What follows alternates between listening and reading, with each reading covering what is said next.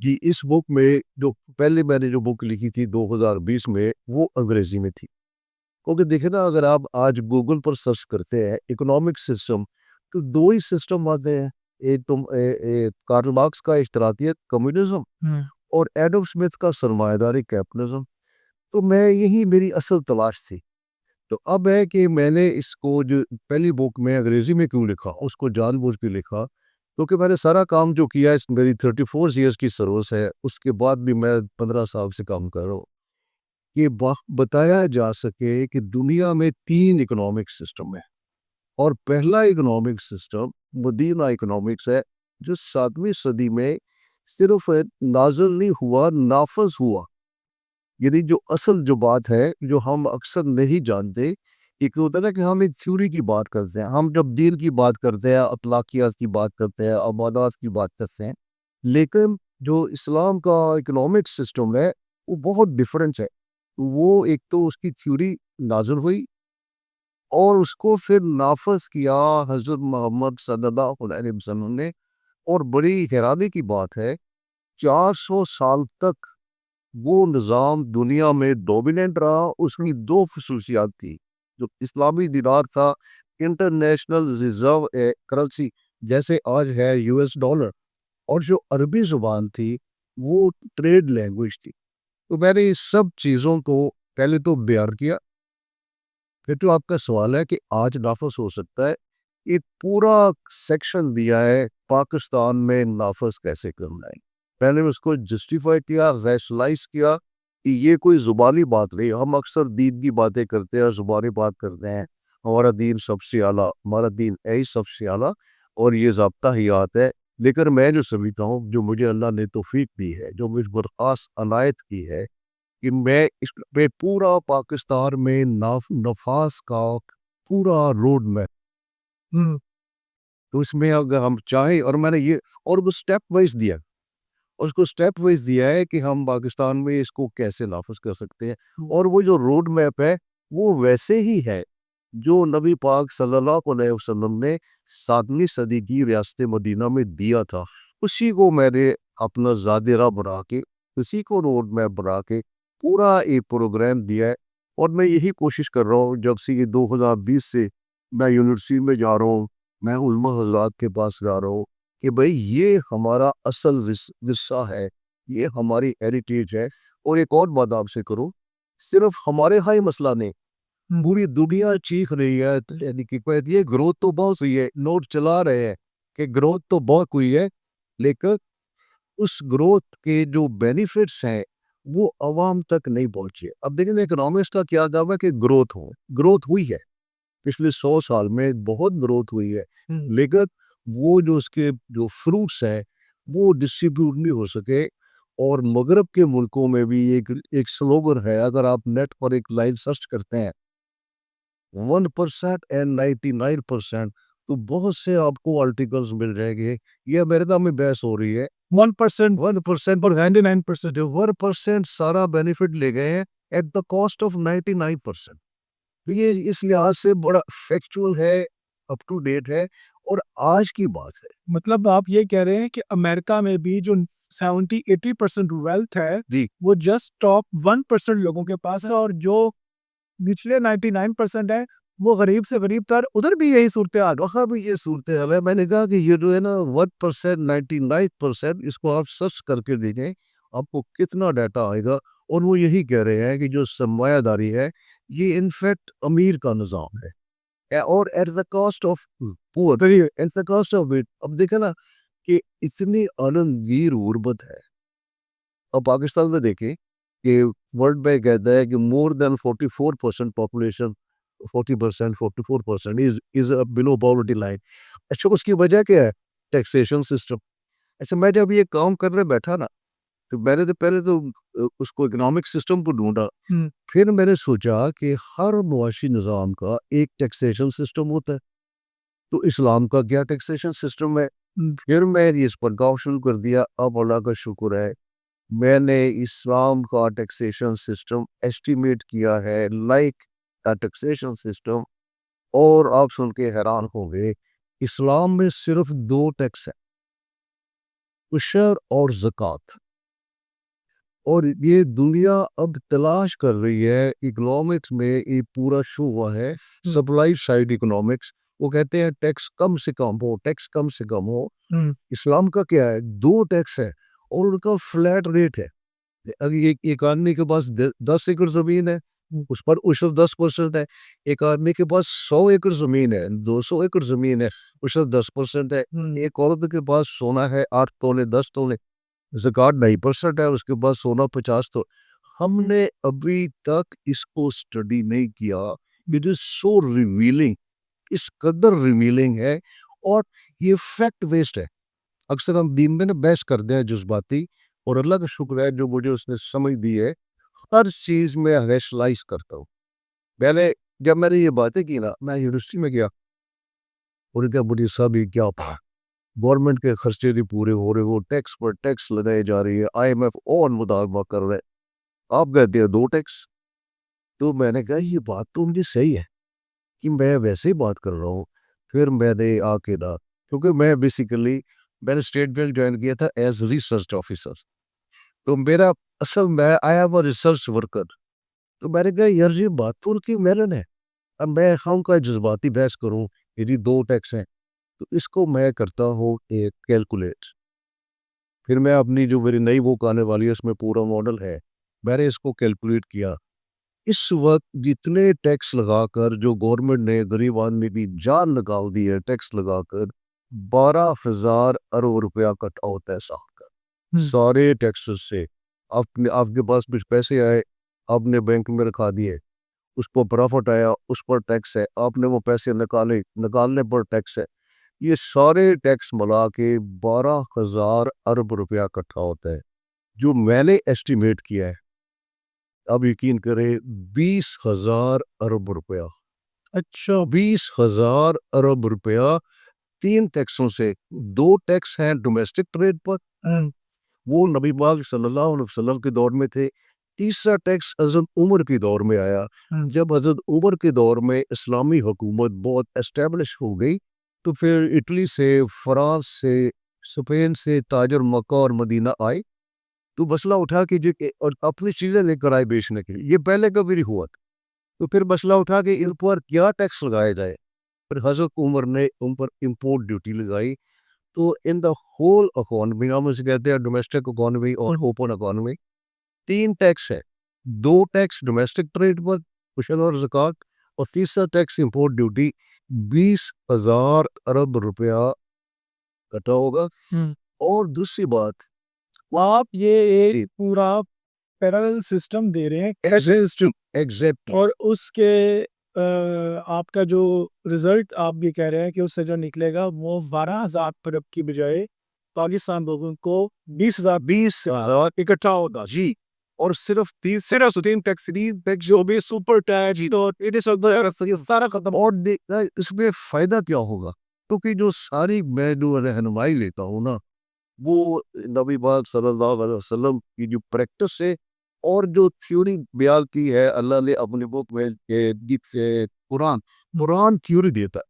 اصل ہم ابھی تک وہ نیکسس نہیں بنا سکے. دیکھنا یونیورسٹی میں ایجوکیشن ہو رہی ہے, پہلے تھیوری ہوتی ہے پھر پریکٹس ہوتی ہے. ہمارے دین میں تھیوری آتی ہے ہماری کتاب سے, قرآن سے, اور پریکٹس آتی ہے نبی پاک صلی اللہ علیہ وسلم کی ذات مبارک سے. اور یہ چیزیں ایسی ہیں آج کے نوجوان کے لیے, کیونکہ اللہ کا شکر ہے میں پچھلے 5 سال سے یہ لیکچرز دے رہا ہوں, یوٹیوب چینل پر بات کر رہا ہوں اور لیکچر دے رہا ہوں. لوگ سنتے ہیں تو حیران ہو جاتے ہیں. میں لمس میں گیا, وہاں میں نے یہ ٹیکس کی بات کی, تو وہاں جو بچوں نے کہا کہ sir you are seeing all these things, why don't we do this, ہم کرتے کیوں نہیں. میں کہا بیٹا دس از دا کویسچن. اب چیزیں, اب پہلے کیا تھا, پہلے پتہ ہی نہیں تھا کہ اسلام کا کیا کوئی معاشی نظام ہے.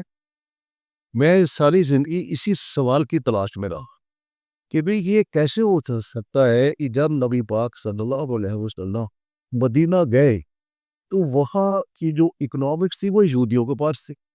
یہ کیسے ہو سکتا ہے کہ آپ نے ان کو اس کو مانا ہو, آپ نے کوئی نظام نہ دیا ہو, آپ نے ایک مارکیٹ بنائی تھی. اکثر ہم نہیں جانتے کہ ہجرت کے بعد پہلے مسجد نبوی بنائی، میثاق مواخات مدینہ کیا، میثاق مدینہ کیا، پھر آپ نے ایک مارکیٹ بنائی اور وہاں آپ نے ایک انقلابی ایکشن لیا. آپ نے کہا اس مارکیٹ میں کوئی ٹیکس نہیں.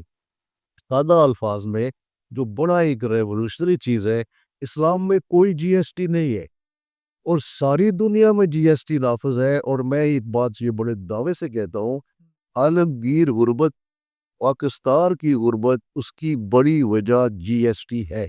اب آپ دیکھیں 40% population is below poverty line and there is G S T 18%، 20%، 16%. ہر چیز پر جی ایس ٹی ہے. آپ نے بجلی کا بل دینا، اس پر جی ایس ٹی ہے. آپ نے گاڑی ٹرانسفر کرانی ہے، اس پر جی ایس ٹی ہے. یہ ایک ایسا جو اسلام کا جو انقلاب ہے، اب ہم ابھی تک اس طرف نہیں آ رہے. آپ کے پاس جو ماڈل آپ بتا رہے ہیں ٹیکسیشن کا، اس کے نتیجے میں جی ایس ٹی آپ ختم کر دیں.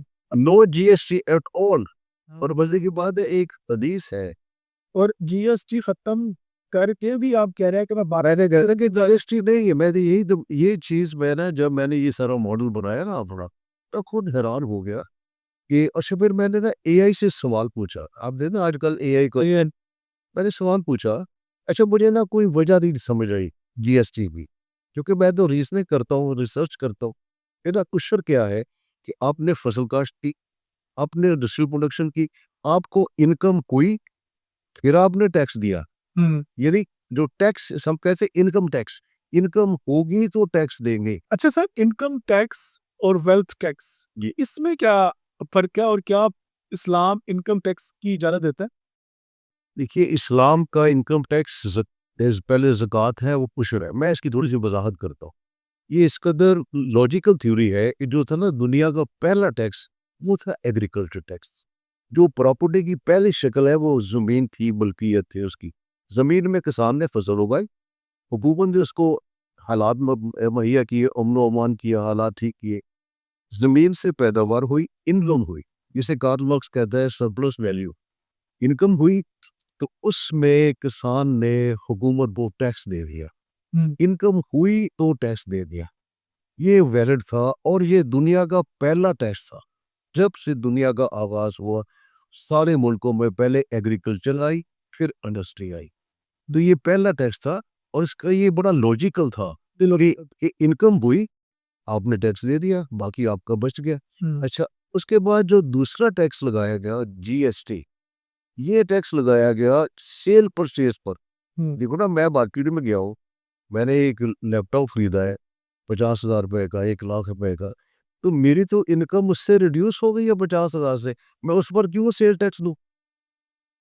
میں نے بڑے بڑے انکم ٹیکس کے ڈائریکٹر سے پوچھا ہے، ان کے کسٹم کلیکٹر سے پوچھا ہے، میں نے اے آئی سے پوچھا ہے کہ مجھے بتائے کہ کیا جواز ہے. میں کیوں پوچھ رہا تھا؟ کیونکہ حدیث ہے نبی پاک صلی اللہ علیہ وسلم کی، عربی میں ٹیکس کو کہتے ہیں مکس، کہ صاب مکس النار.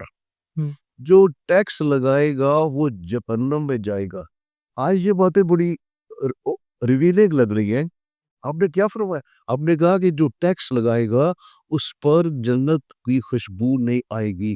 یہ مسند حدیثیں ہیں. اچھا، میں اس کی روشنی میں ڈھونڈ رہا تھا. میں یہ ادھر بہت سے لوگوں سے ملا، پھر تھک ہار کے میں نے اے آئی سے پوچھا. میں نے اسے سوال کیا کہ نیو یارک کی گلی میں ایک فقیر بیٹھا ہے، صبح سے بھیک مانگ رہا ہے، دوپہر تک وہ اس کو اتنے پیسے وغیرہ مل جاتے ہیں، سینٹ مل جاتے ہیں کہ وہ ایک برگر خرید سکے. اس برگر پر سیل ٹیکس ہے. Is it justified? اس کے پاس کوئی چھوا نہیں تھا.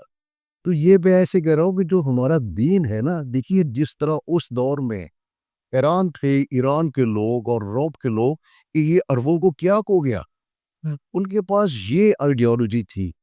آج بھی اگر آپ دیکھیں آج کے دور میں ایک بیچارہ فقیر ہے، وہ بھیک مانگ کے ایک روٹی کھاتا، اس پر ٹیکس ہے، آٹے پر ٹیکس ہے، گھی پر ٹیکس ہے، پیٹرول پر ٹیکس، ہر چیز پر ٹیکس ہے.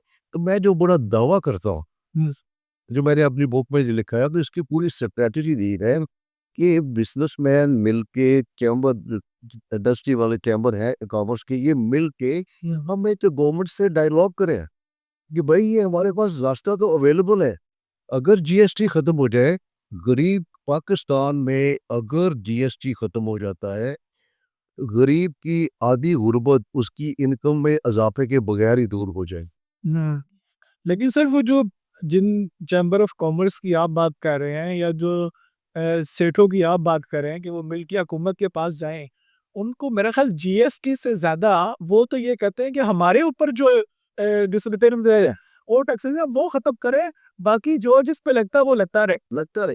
اب دیکھیں اور چیز دیکھیں, اور وہ کنسیشن ان کو مل بھی جاتی ہیں, اب یہ انہیں امیروں کو مل کے رہتے ہیں, غریب کے اوپر ٹیکس انڈائریکٹ ٹیکسز جو ہیں بالکل وہ ان کی بھرمار ہی پاکستان. 60% 60% یس. آپ اور میں کوئی چیز پرچیز کرتے ہیں, سیل کرتے ہیں, اس کے اوپر ٹیکس ہی ٹیکس ہے. گھر سے نکلتے ہیں ہم ٹیکس دیتے ہیں, اور گھر واپس آتے ہیں تو ٹیکس ہی دیتے ہیں. ٹھیک. تو اس کا جو آپ جو تجویز پیش کر رہے ہیں تو اس میں تو یہ ہے کہ جو لوگ جائیں گے وہ اپنے لیے مانگیں گے, ان کو عذاب کے لیے کوئی وہ ایسا ہے. دیکھیے آج کیا صورتحال ہے, ہم اپنا پوائنٹ آف ویو پیش کر رہے ہیں. دیکھیے ملک اپنا, اس نے رہنا ہے اور ہم نے بھی یہاں رہنا ہے.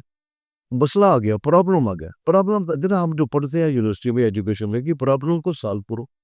اب گورنمنٹ کا اپنے مسئلے ہیں, آئی ایم ایف سر پر بیٹھا ہے. گورنمنٹ کو میں نے عرض کیا نا 12,000 ملا ہے پچھلے سال, 12,000 ارب.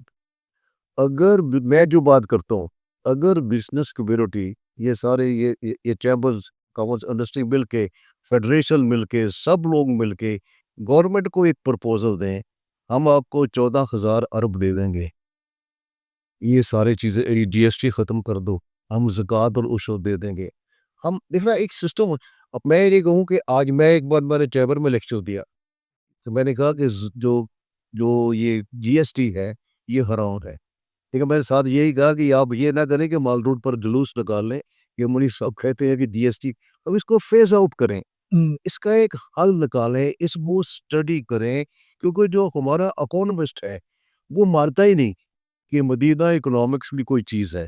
جو ہمارا عالم دین ہے وہ مانتا ہے, لیکن اس کی اکنامک کی اسٹڈی نہیں ہے. کرنا کیا چاہیے؟ آپ نے یہ بڑا اچھا پروگرام کیا, اور میں دیتا ہوں آپ کے اس پروگرام سے ہم ایک میسیج دے سکتے ہیں کہ بھائی ہمارے مسائل ہیں, مسائل لوگوں کو آتے ہیں, قوموں کو مسئلے آتے ہیں, اور ہمارا دین آج بھی رہنمائی کر رہا ہے. ہم ٹیکس سے لے لے ہے نا. میں نے تو یہ میری 2 کتابیں ہیں, اردو میں بھی ہے, انگریزی میں پورا بھی میں دیا, اور تیسری کتاب آ رہی ہے اس میں سود کا بھی خاتمہ ہے. تو مطلب ہے کہ حل ہمارے پاس موجود ہے. ہمارے ہاں وہ کنسنسس نہیں بلڈ اپ ہو رہا کہ بھی اس کو ہم سیریسلی, جیسے آپ نے کہا کہ وہ اپنی بینیفٹ لے گی. غریب آدمی کے بل کا کیا ہوگا, اس کی قسطیں ہو جائے گی, اس کا بتانے کہ بل تو معاف نہیں ہوگا. تو یہ ایک ایسا آئیڈیا ہے, اور مجھے خوشی ہے کہ آپ نے اس کو پک کیا ہے. اس کو ہم پروموٹ کریں, کیونکہ ہم اب باتیں بہت کر چکے. اسٹریٹجی, فارمولا, ایکشن پلان, تو اسی سے اگر شروع کر لے یہ آئی ایم ایف بھی خوش ہو جائے. اب اگر 20,000 ارب اکٹھا ہو جائے گا, آئی ایم ایف تو خوش ہوگا. تو یہ دوسرا ہے کہ آپ کہتے ہیں کہ مہنگائی کی ایک اور لہر آئے گی, کیونکہ آئی ایم ایف کی جو نیا لون دیا ہے $1.2 بلین, اس کی کنڈیشنلی میں نے سارا اسٹیٹ بینک میں کام کیا. اسٹیٹ بینک کی ٹیم پہلے کراچی اسٹیٹ بینک آتی ہے, پھر اسلام آباد جاتی. تو وہ اللہ کا شکر ہے, میں اسی لیے میں یہ باتیں کر رہا ہوں, کیونکہ میری اتنی سروس ہے, اس لیے میں یہ باتیں کر رہا ہوں. تو ایک ہم باتیں نہیں, اب کریں اسٹریٹجی دیں. ایک آپ کے پروگرام سے ایک لائن نکلتی ہے کہ کیا ہم کنسنسس کر کے مل بیٹھ کے, میرے پاس اللہ کا شکر ہے مکمل ماڈل موجود ہے, کیسے کیلکولیٹ ہوگا. ابھی تک کسی آفیشل نے آپ نے میں نے دیکھا ہے کہ مینشن کیا ہوا ہے عمران خان صاحب کو, اور وہ بھی مدینہ ریاست کی بات کرتے ہیں. آپ کو انہوں نے بلایا کبھی یا پوچھا ہے جو انید صاحب آپ نے اپروچ کیا ہو کہ سر میرے پاس یہ پلان ہے اور یہ مدینہ ریاست پہ بات کرتے ہیں, یہ ذرا اکنامکس پہ بھی. 2018 میں 16-17 میں میں نے اس پر کام شروع کیا. پہلے تو مجھے سمجھ نہیں آ رہی تھی, میں ادھر بھاگ رہا تھا, ادھر بھاگ رہا تھا. میں نے اپنا ادارہ بنایا, بینکر کو ٹرین کیا, ڈان آف وار میں لکھتا رہا, یونیورسٹی میں پڑھایا. میں تلاش میں تھا, یہ مجھے نظام مل گیا. یہ ہم 2016 سے بات کر رہے ہیں, اور 2016 سے ہم بات کر رہے ہیں. میں نے اپنی بکس سب کو بیچی ہے, اسمبلی میں بھیجی ہے, عمران خان کو بھیجی ہے, سب کو بھیجی ہے, اسٹیٹ بینک گورنر کو بھیجی ہے, اور ایک ریکویسٹ کی ہے کہ اس کو پولیس اسٹڈی کرے, اس کو وہ کرے.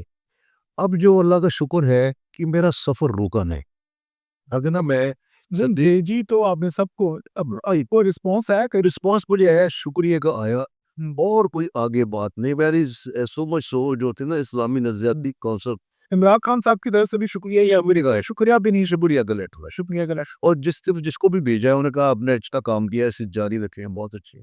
لیکن ہاتھ کو نہیں ابھی تک کسی نے یہ نہیں کہا کہ منیر صاحب اس کے عمل کی طرف آئے, ہمیں ایک پائلٹ پروجیکٹ دیں, ہمیں ایک ایکشن پڑا.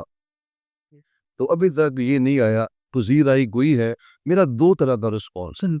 یونیورسٹی کے اکاؤنٹ میں سنتے ہیں, مجھے بناتے, میں لمس میں, ایل ایس سی میں, government college university, U M D, Punjab university, وہاں جاتا ہوں, لیکچر دیتا ہوں, سنتے ہیں, اور اکنامکس ڈپارٹمنٹ. لیکن ابھی میں کیا چاہتا ہوں, میں نے سلیبس بھی بڑھایا ہے. اب چونکہ میں نے یہ اللہ کا شکر ہے مجھے چیز یہ نن دی ہے, میں نے مدینہ اکنامکس کا سلیبس بنایا ہے کہ اسے اکنامکس ڈپارٹمنٹ میں پڑھایا جائے ایز اے سبجیکٹ. اب آپ دیکھیں نا, ہم کہتے ہیں سود کا خاتمہ, جو ہماری ساری یونیورسٹی کی ایجوکیشن ہے وہ تو سود پر بیس کرتی ہے. انٹرسٹ تو پروموٹ کیا ہوگا, سود ہی پروموٹ ہوگا. تو میں اللہ کا شکر ہے میرے پاس یہ, اور جو نئی کتاب انشاءاللہ آنے والی ہے اس میں تو سارے ہی ماڈلز ہیں, اور جو اصل جو میں مقدمہ لڑ رہا ہوں اسلامی تہذیب کا, بوتھ تھیوری اینڈ پریکٹس. میرے صاحب آپ کو اگر آج کوئی اتھارٹی, گورنمنٹ انسٹیٹیوٹ آپ کو بلاتا ہے اور آپ سے رہنمائی کے لیے وہ کہتا ہے کہ جی ہمیں دیں, تو آپ کا پہلا سٹیپ جو ہے وہ آپ کیا سمجھتے ہیں کہ اگر یہ پہلا سٹیپ گورنمنٹ آج لے لے, مجھے بلائے نہ بلائے, بس یہ لے لے, تو آپ کے 50% معاملات حل ہو جائیں گے؟ ناٹ ایکسٹرنل بٹ انٹرنلی آپ نے ٹیکسیشن کا تو بتایا, وہ پہلا ایک سٹیپ کیا ہو سکتا ہے؟ بہت اچھا سوال ہے آپ کا, بہت اہم سوال ہے. باتیں تو دینا میں اب باتیں کر رہا ہوں, کیا کرنا چاہیے میں نے اس پر بھی سوچا ہے. دیکھیے جو آج ہمارا کیا مسئلہ ہے, گورنمنٹ سے ہم آگے جا رہے ہیں, اکانومی آگے بڑھ رہی ہے, سب کچھ ٹھیک ہو رہا ہے. جو اکانومسٹ ہیں وہ کہہ رہے ہیں حالات خراب ہیں, جو انٹرنیشنل ادارے ہیں وہ کہہ رہے ہیں حالات خراب ہیں. آئی ایم ایف کی رپورٹ آ گئی, ورلڈ بینک کی رپورٹ آ گئی, وہ جو اسٹیٹ بینک کی رپورٹ ہے اس نے بھی کہا ہے یہ سسٹم سسٹینیبل نہیں ہے. جو پہلا کام کرنے والا ہے وہ اکنامک نہیں ہے. نا آپ نے جو بات کی نا, پہلا کام اکنامک نہیں ہے, پہلا کام سوشل پولیٹیکل ہے. ہم ایک کنسنسس کریں, ہمارا ملک مسائل کا شکار ہے, اور یہ ہم سے نہیں سنبھل رہا, حالات خراب سے خراب تر ہو رہے ہیں. ایک کنسنسس کر کے اکانومسٹ, بینکر, ریلیجس اسکالر, اور پھر ہے کہ اس پر آغاز کریں. اور اس پر بھی جو آغاز ہے نا, یہ تو نہیں کہ ہم آج شروع کریں گے تو پرسوں اس کا رزلٹ آ جائے گا. میں نے دیکھا پہلے اسٹیٹ بینک کا وعدہ تھا سود کا خاتمہ کرنے کا, اب گورنمنٹ نے بھی وعدہ کر لیا, یہ اس میں وعدہ کر لیا. اور وعدہ کیا 5 جنوری 2028 سے پاکستان میں سود نہیں ہوگا. What's they are doing. میں بڑی بات کر رہا ہوں, اللہ مجھے معاف کرے, میں اب اپنی تعریف نہ کروں, اپنی بات نہ کروں. میرے پاس پورا ایکشن پلان ہے ان کی ٹائم لائن کے ساتھ. اگر اس پر کچھ کو گورنمنٹ لے لیتی ہے, اس کو اسٹیٹ بینک لے لیتا ہے, اس کو منسٹری آف فائنانس لے لیتی ہے, تو اور اس پر عمل کرتے ہیں, تو 1 جنوری 2028 سے نہ صرف سود کا خاتمہ ہو جائے گا, پاکستان کے معاشی مسائل کا حل بھی ہو جائے گا. اس سارا میں نے پروگرام دیا. پہلے وہ جو سوال آپ کا, میں پھر کہتا ہوں بہت اہم ہے, پہلے اس طرف آئیں, مل کے بیٹھے, پہلے مل کر بیٹھیں. پرابلم ہے, پرابلم آتے ہیں کون کو, ہمیں حل کرنا ہے, تو پھر اس کا آغاز ہو. اس کے بعد جو سٹیپ آپ سمجھتے, اس کے بعد میں نے کہا پورا پروگرام ہے کہ 1 جنوری 2028 سے انشاءاللہ سود کا خاتمہ ہوگا. اس میں ہمیں ریسٹرکچر کرنی پڑے گی. ہم چاہتے ہیں کہ ہم آنکھ بند کر کے بیٹھے اور سود کا خاتمہ ہو جائے, یہ کیسے ہو سکتا ہے؟ 500 سال سے سود دنیا میں رائج ہے, اس وقت پوری دنیا میں رائج ہے. اس کا خاتمہ کرنا کچھ چھوٹی بات نہیں ہے. اس کے لیے میں نے وہی عرض کیا نا کہ پہلے ہم اس پر, اور میں نے سارا نا پورا سٹرکچر دیا, کمیٹی بنائی جائے, ایک کمیٹی ہو جس کا چیئرمین پرائم منسٹر ہو, اس کے فائنانس منسٹر ہو, اور اس میں ہمیں ٹائم لائن دی ہوئی ہے کہ ہم پبلک کو بتاتے رہے. اب کیا ہوتا ہے کمیٹی بنتی ہے ختم ہو جاتی ہے پتہ نہیں لگتا. تو اس لحاظ سے میں کہتا ہوں کہ اللہ کا لاکھ لاکھ شکر ہے اور میرا ملک اس وقت پرابلم میں ہے, مسئلے پڑے ہوئے ہیں, موجود ہے. اب یہ جن کے پاس اقتدار ہے ان کی مرضی ہے, اگر وہ کنسنسس کر دے. میرے جو ماڈل میں جو ہے نا تاجر, وہ بہت امپورٹنٹ ہے. کیونکہ اس لیے امپورٹنٹ ہے کہ نبی پاک صلی اللہ علیہ وسلم نے فرمایا تھا کہ سچا تاجر نبیوں, شہداء, صالحین, صدیقین کے ساتھ ہے. Highest status. اب ہم دیکھیں نا, ہم دیکھتے ہیں یوٹیوب پر کہ یہ چیز اتنی بار پڑھ لیں, یہ وظیفہ کر لیں. ہم نے کیا راستہ بتا دیا کہ سچا تاجر نبیوں کے ساتھ کھڑا ہے. جب تک تاجر لیڈ نہیں کرے گا, ہم تاجر کو وہ کمفرٹ لیول نہیں دیں گے. وہ ایک ہمارا نیکسس نہیں بنے گا بیوروکریسی کا اور بزنس مین کا, کارپوریٹ سیکٹر کا. اور یہ باتیں بڑی ہیں اور بڑی سسٹمیٹک. میں یعنی کہ میں خود ریکویسٹ کرتا ہوں کہ مجھے لیکچر دینا ہے. میں وہاں میں خود جاتا ہوں, لیکچر دیتا ہوں. ایک میرا مشن ہے, اللہ کا شکر ہے میں اس پر کامیاب ہوں.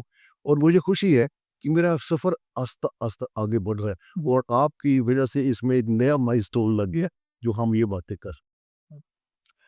اچھا میر صاحب, اس میں جو جس طرح کی آپ بات کر رہے ہیں سسٹم کی, ہمارے یہاں پہ کچھ اسلامک بینکنگ کا ایک جو ہے وہ رائج رہی ہے, ابھی بھی رائج ہے, اور اس کو بڑا پذیرائی بھی مل رہی ہے پاکستان میں دیکھا جائے. جی جی تو شریعہ کوہین جو اسٹاکس ہیں ان کی بھی لوگ ان کو پرچیز بہت تیزی سے کر رہے ہیں.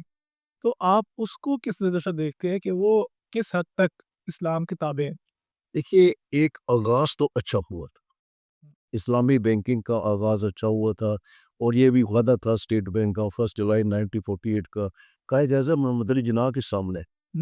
وہ دیر ہو گئی, کیا ہوا, تو انہوں نے بینکنگ کا آغاز کیا. لیکن اصل چیز کیا ہے؟ اصل چیز اکنامکس ہے, اس سے بینکنگ نکلتی ہے. جتنا میں جو اللہ کا شکر ہے جو بات کرتا ہوں لاجیکل کرتا ہوں. صحیح, اکنامک سسٹم سے بینکنگ سسٹم نکلتا ہے. سرمایہ داری اکنامک سسٹم ہے, سود پر کام کرنے والے بینک ان کا بینکنگ سسٹم ہے. ایسے ہم الٹے کھڑے ہیں, ہم اسلامی بینکنگ کر رہے ہیں, ہمارا اسلامک اکنامک سسٹم کہاں ہے؟